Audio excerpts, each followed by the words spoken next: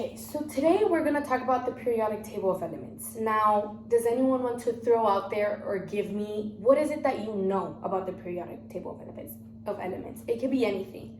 Just give me a fact of the periodic table of elements. Correct. They display the atoms that we have. Correct. Very good. It tells us about the atomic mass. And Tim, what is so important about the atomic mass? That's fine. If you don't know, I'll let you know. What's important about the atomic mass is that it tells us the number of protons that are in the nucleus of the atom, which is also the same amount of electrons that are in the atom. So that is why the atomic mass is so important. Later on, it is very important because it will tell us about when we have a certain reaction, it will tell us about its weight and its reactive properties. But very good. You are on the right track.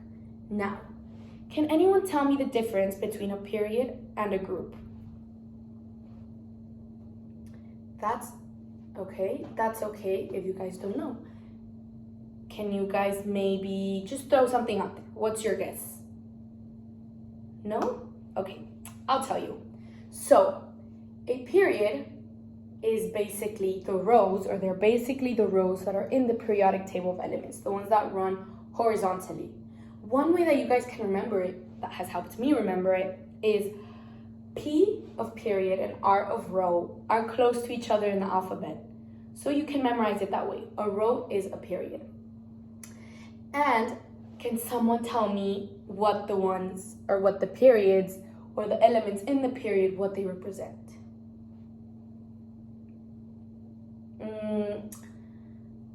Okay.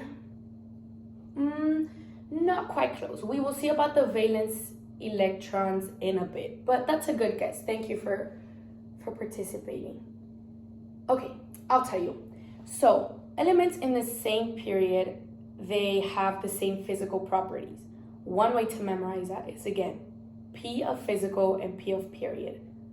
They share the same physical properties, meaning they're going to be malleable, they are going to have the same, close to the same boiling temperature. You know, it's physical properties that they share, and that's what makes them the same. Now, vertically, they're called groups. Can someone tell me what's similar between all the elements within the same group? Very, very good. Thank you for participating. I really liked your answer. Yes, just how she said it.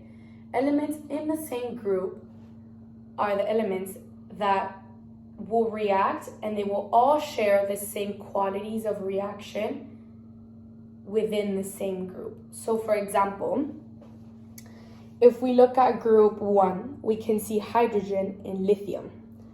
They will both react to different elements in a similar way. Now, it's very important that we know this, because can anyone give me the reason as to why? Okay, well, it's very important. I'll give you guys a hint. It has to do with the stability of an atom.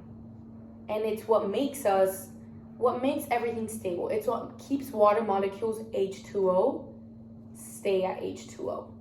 It's what keeps the molecules that we know stable, but it's also what happens when there's reactions that we can't control unstable. I'll give you guys that hint.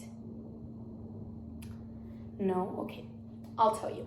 So basically, every atom has to follow the octet rule, meaning that all electrons in their outermost shell must get to 8 electrons to be stable. So since elements in the same group have the same number of valence electrons in their outermost shell, that means they all need to get to 8. So for example, group 1, they all need 7 valence electrons from another element to become 8, because they are 1. And that is why all elements in the same group share the same reactive properties, because they all have the same number of valence electrons, so they will do whatever it takes for them to become stable. Because remember, atoms always want to be stable, and they always want to get to 8 electrons.